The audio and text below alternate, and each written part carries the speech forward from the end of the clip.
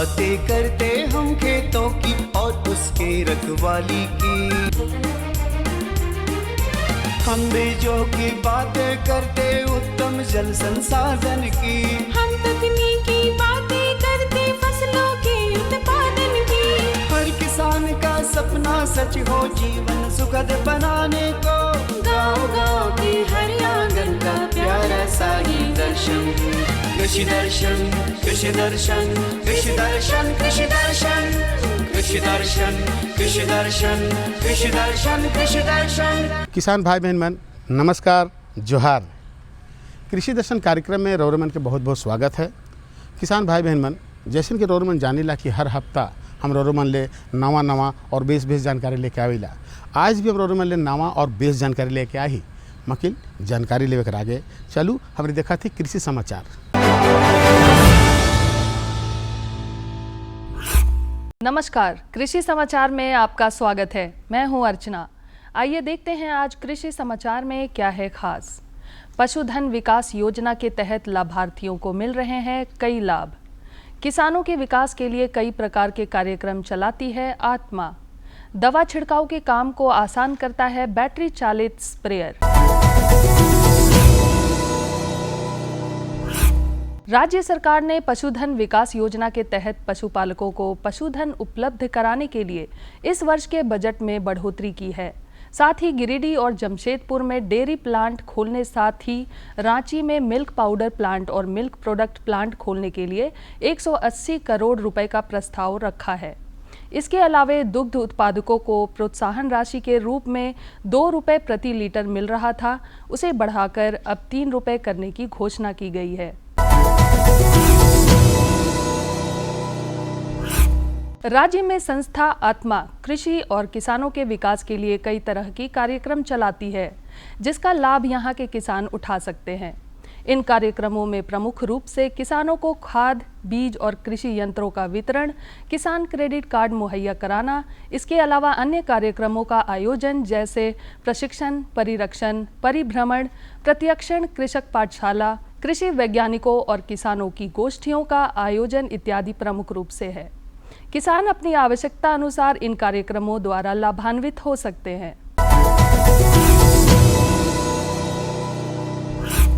पशुपालकों के लिए सूकर पालन एक बेहतरीन आय का जरिया है। सूकर पालन को कम लागत में ज्यादा मुनाफा प्रदान करने वाला व्यवसाय माना जाता है।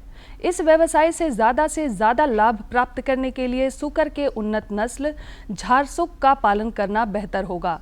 सूकर की यह नस्ल BAU रांची झारखंड द्वारा तैयार किया गया है। झारसुक नस्ल के सूकर बिरसा कृषि विश्वविद्यालय रांची द्वारा विकसित किया गया है। देसी और ब्रिटिश नस्ल टेम बर्थ नामक सूकर से संकरित कर झारसुक नस्ल को विकसित किया गया है।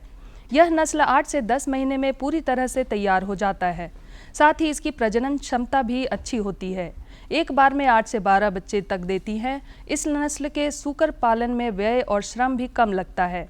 व्यावसायिक दृष्टिकोण से झारसुक नस्ल के सूकरों का पालन करना झारखंड के पशुपालकों के लिए लाभकारी होगा। यदि भिंडी की फसल में फली छेदक कीट का प्रकोप हो तो हमारे कृषि विशेषज्ञों की राय है कि रासायनिक दवाओं के बजाय जैविक दवाओं का प्रयोग करना बेहतर साबित होगा।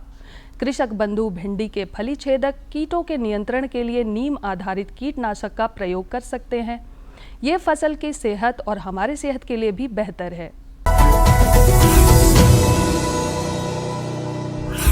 फसलों पर विभिन्न प्रकार के तरल दवाओं का छिड़काव आमतौर पर कृषकों को करना होता है। दवा छिड़काव के कार्य को बेहतर तरीके से करता है ये बैटरी चालित स्प्रेयर। ये स्प्रेयर तरल दवाओं का फसलों पर उच्च दाब पर छिड़काव करता है और दवा को एक समान पूरे फसल पर फैलाता है, जिससे दवा की बर्बादी नहीं होती। चूँकि ये यंत्र बैटरी से चलता है, इसलिए दवा छिड़कने में श्रम बिल्कुल भी नहीं लगता। इसका बैटरी रिचार्जेबल होता है। एक बार चार्ज करने पर लगभग 10 से 12 घंटे तक इससे काम लिया जा सकता है।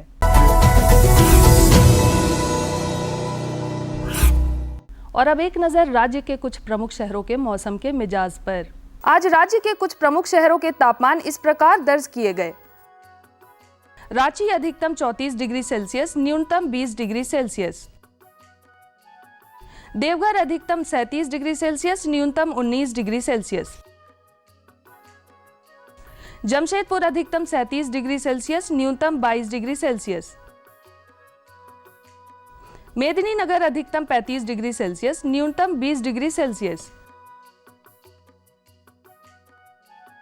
धनबाद अधिकतम 37 डिग्री सेल्सियस, न्यूनतम 19 डिग्री सेल्सियस। और अब मंडी भाव में अनाजों के वर्तमान भाव जानने के लिए चलते हैं हमारे सहयोगी सागर के पास। धन्यवाद अर्चना।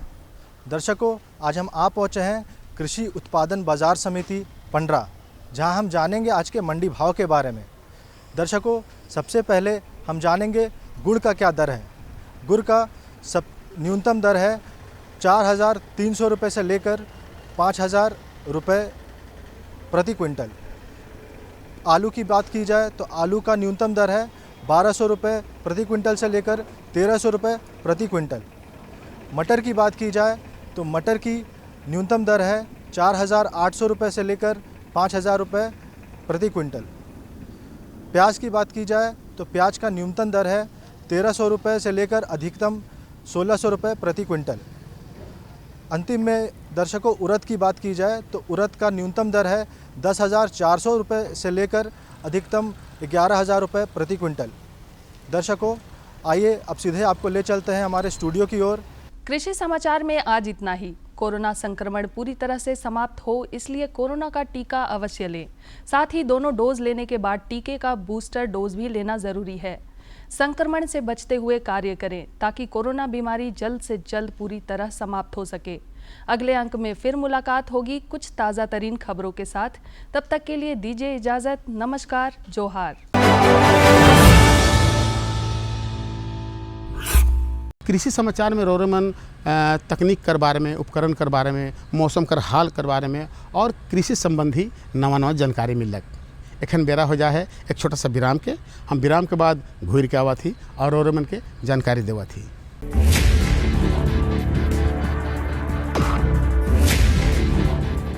भोजन, जल और शुद्ध वातावरण हमारे जीवन का मुख्य आधार है और कृषि इसका मूल स्तंभ। पिछले 60 वर्षों में विज्ञान आधारित कृषि का व्यापक प्रसार हुआ है। साथ ही कृत्रिम संसाधनों के बढ़ते प्रयोग से कृषि की सतत क्षमता पर चिंताएं बढ़ी हैं। प्रधानमंत्री श्री नरेंद्र मोदी जी के दूरदर्शी नेतृत्व के अंतर्गत रसायन मुक्त जैविक खेती एक महत्वपूर्ण प्रयास है। रसायन मुक्त जैविक खेती को बढ़ावा देने के लिए 5 वर्ष पूर्व सरकार ने परंपरागत कृषि विकास योजना तथा उत्तर पूर्व भारत में जैविक मूल्य श्रृंखला योजनाएं आरंभ की। ऑर्गेनिक फार्मिंग को देश भर में बढ़ावा देने के लिए सरकार अनेक प्रयास कर रही है। इसके लिए परंपरागत कृषि विकास योजना के तहत काम किया जा रहा है। न सिर्फ ऑर्गेनिक फार्मिंग को बल दिया जा रहा है, बल्कि उसके लिए वैल्यू एडिशन और मार्केट की व्यवस्था भी की जा रही है।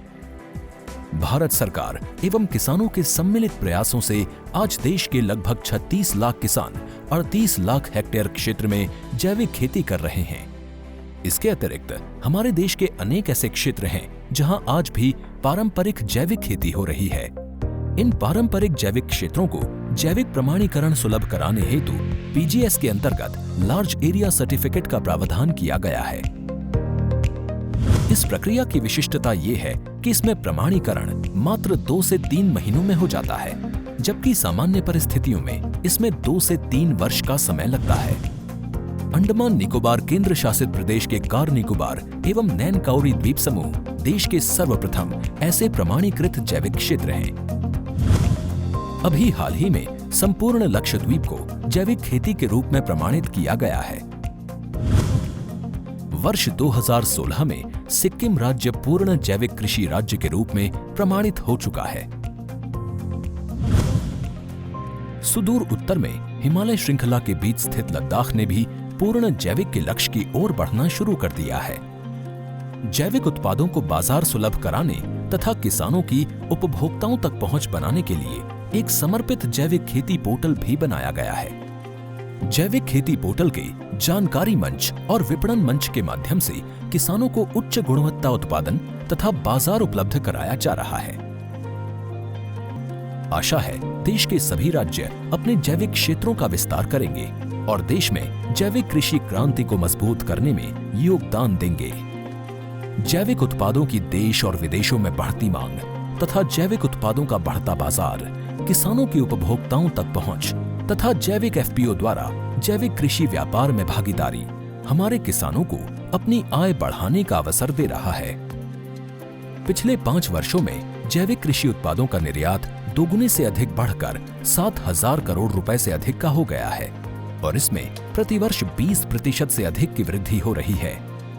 उम्मीद है पारंपरिक क्षेत्र के किसान भी इस बढ़ते बाजार से लाभान्वित होंगे और जैविक कृषि आंदोलन को आगे बढ़ाएंगे। किसानों की मुस्कान समृद्ध हिंदुस्तान की है पहचान।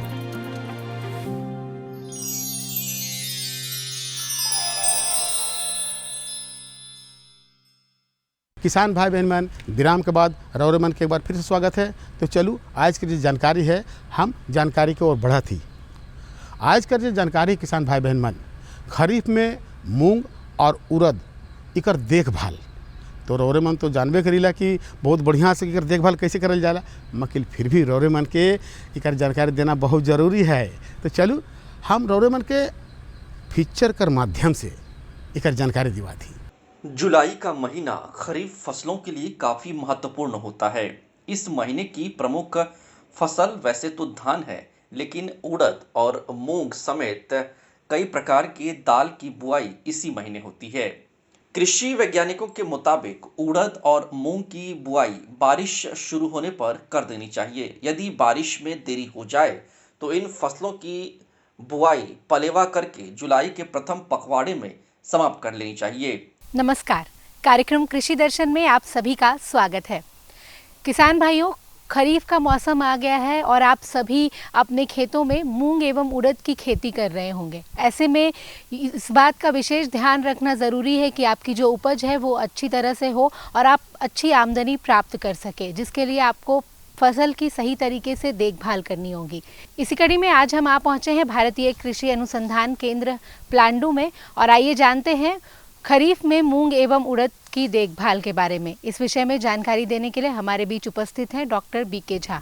सर, बहुत बहुत स्वागत है आपका हमारे इस कार्यक्रम में। नमस्कार। किसान भाइयों, जोहार। सर, हम आपसे ये जानना चाहेंगे कि खरीफ मूंग और उड़द की खेती जो किसान भाई कर रहे हैं, वो शुरुआती दौर से ही किन किन बातों का ध्यान रखें कि उनकी फसल अच्छी हो?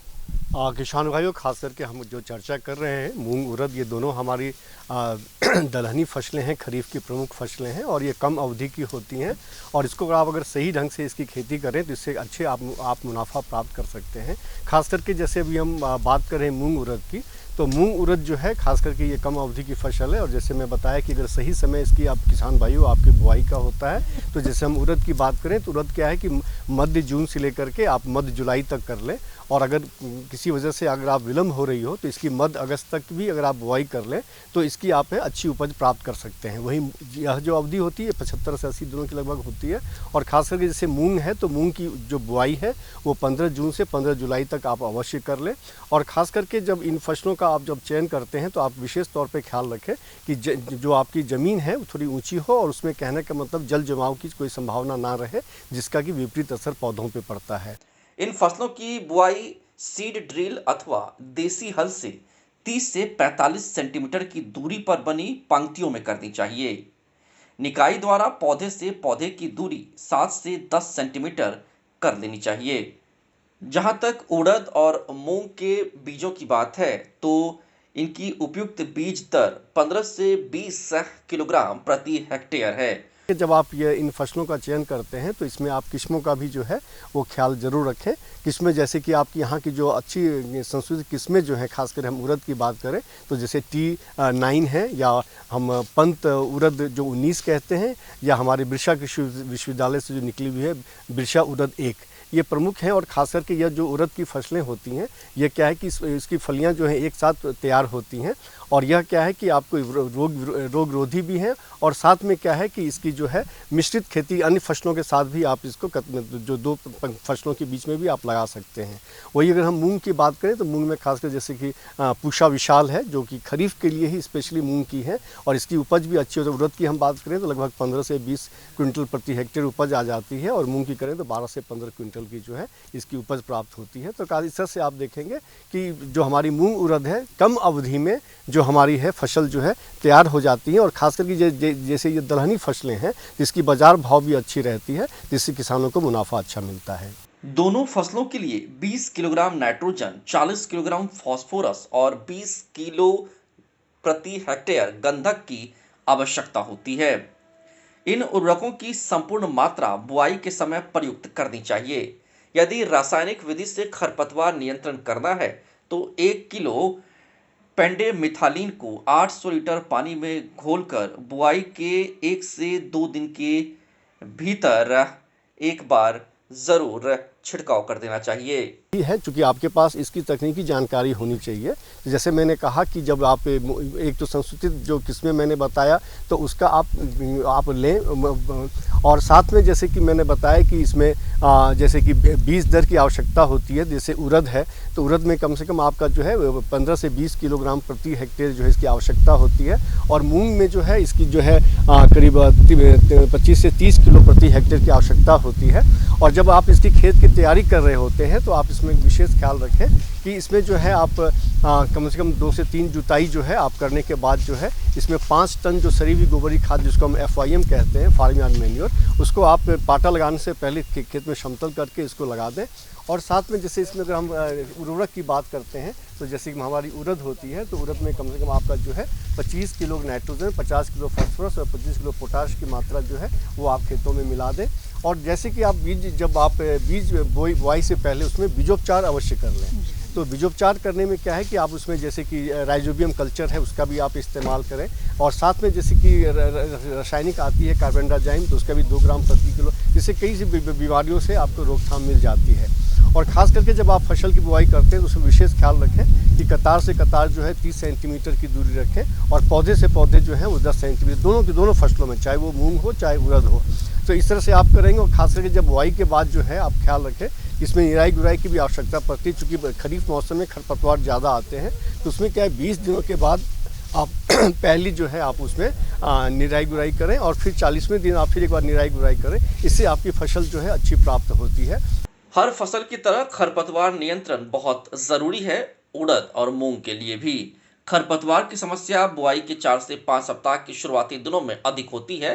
पहली सिंचाई के बाद निराई गुड़ाई करने से खरपतवार नष्ट होने के साथ साथ भूमि का वातायन भी नष्ट हो जाता है, जिससे जड़ों की गांठों में सक्रिय जीवाणुओं द्वारा वायुमंडलीय नाइट्रोजन के संचयन में मदद मिलती है। तो किसान भाई बहन मन एखन रोरेमन मूंग और उड़द कर खेती के बारे में जान ली।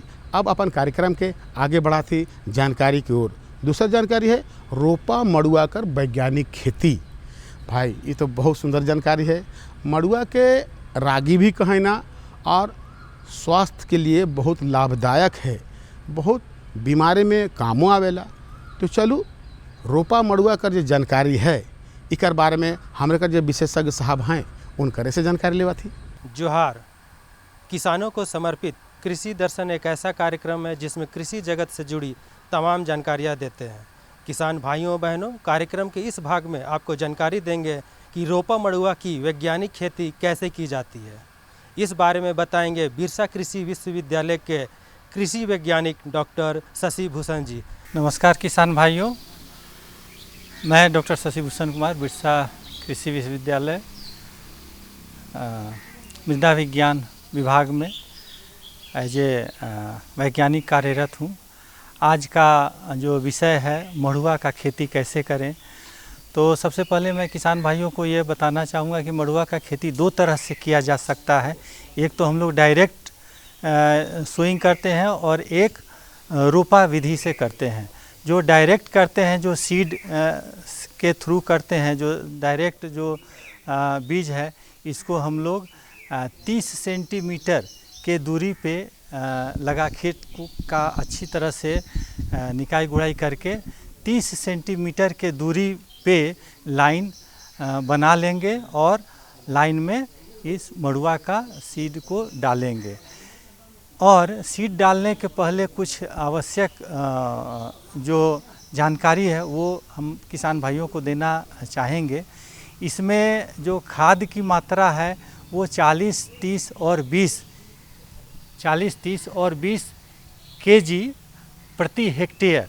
1 हेक्टेयर का मतलब है कि 2.5 एकड़, यानी 2.5 एकड़ कहें या 1 हेक्टेयर कहें। इसमें 40 किलो नाइट्रोजन देंगे और 30 किलो फास्फोरस देंगे और 20 किलो पोटास देंगे। ये आप यूरिया के थ्रू दे सकते हैं, डीएपी से दे सकते हैं। नाइट्रोजन डीएपी से अगर देंगे तो उसमें फास्फोरस मिल जाता है। लाल खाद जिसे पोटास कहते हैं उसकी मात्रा कम रहती है, लेकिन उसको भी देना आवश्यक है, क्योंकि जब आपका फसल रिप्रोडक्टिव ग्रोथ में चला जाता है, जिस समय उसमें दाना लगता है या दाना के पहले कहें कि उसमें जब दूध लगता है, उस समय जो पोटास जो खाद है इसकी जो वैल्यू है इसका बढ़ जाता है। और जिस समय आपके खेतों में जब ये पौधे में जब पत्ते आते हैं, उस तना का डेवलपमेंट होता है, उस समय नाइट्रोजन का उपयोग ज़्यादा से ज़्यादा होता है। उस समय हम लोग यूरिया या डीएपी जो देते हैं इसका उपयोग ज़्यादा से ज़्यादा होता है। तो जो 40, 30, 20 का जो मात्रा हम बोले हैं ये नाइट्रोजन, फास्फोरस, पोटास है। अगर यूरिया के रूप में अगर देते हैं तो यूरिया में 46% ही नाइट्रोजन होता है। तो अगर 40 किलो नाइट्रोजन कहने का मतलब कि आपका करीब करीब उसको डबल कर दीजिए, यानी कि 80 किलो से थोड़ा ज़्यादा आपको यूरिया देना पड़ेगा। और यूरिया का जो छिड़काव है एक साथ नहीं करें। जिस समय हम लाइन सोइंग करेंगे, कतार से कतार का जो सीड गिराएंगे, उस समय आधा यूरिया ही डालेंगे जितना भी आपको रिकमेंड किया जाता है। और जो आधा यूरिया बच जाता है उसको 2 अलग अलग दिनों में, एक 25 से 30 दिन सोइंग के बाद और दूसरा 50 से 60 दिन सोइंग के बाद उसको हम लोग 2 बार में डालते हैं। बात ये हो गया डायरेक्ट अगर आप मड़ुआ का खेती करते हैं तब। अगर मड़ुआ का खेती करने में आप रोपा का भी उपयोग करते हैं तो रोपा के लिए सबसे पहले आपको सीड, जिस तरह धान का खेती में रोपा करते हैं उसी सेम वही विधि यहाँ भी अपनाया जाता है। थोड़ा सा फ़र्क ये है कि धान का जो खेती है उसमें ज़्यादा से ज़्यादा पानी की आवश्यकता पड़ती है, लेकिन मड़ुआ में थोड़ा कम पानी की आवश्यकता पड़ती है और ये टाढ़ भूमि में भी हो जाता है। टाढ़ भूमि हमें लगता है कि आप किसान भाई जानते होंगे, जो थोड़ा सा ऊपरी ज़मीन होता है उसमें भी मड़ुआ का बहुत अच्छा खेती हो जाता है। और जब रोपा विधि करेंगे तो सबसे पहले मड़ुआ का जो सीड है, बीज को सबसे पहले हम अपने खेतों में जो थोड़ा सा ऊंचा भूमि है वहाँ पे सीडलिंग तैयार कर लेंगे। सीडलिंग तैयार करने के पहले सबसे पहले आपके मन में आएगा कि कौन कौन सा वेराइटी चाहिए। तो वेराइटी के रूप में BM2, BM3, BBM10 ये सब वेराइटी है जो आपको आसानी से मार्केट में मिल जाएगा।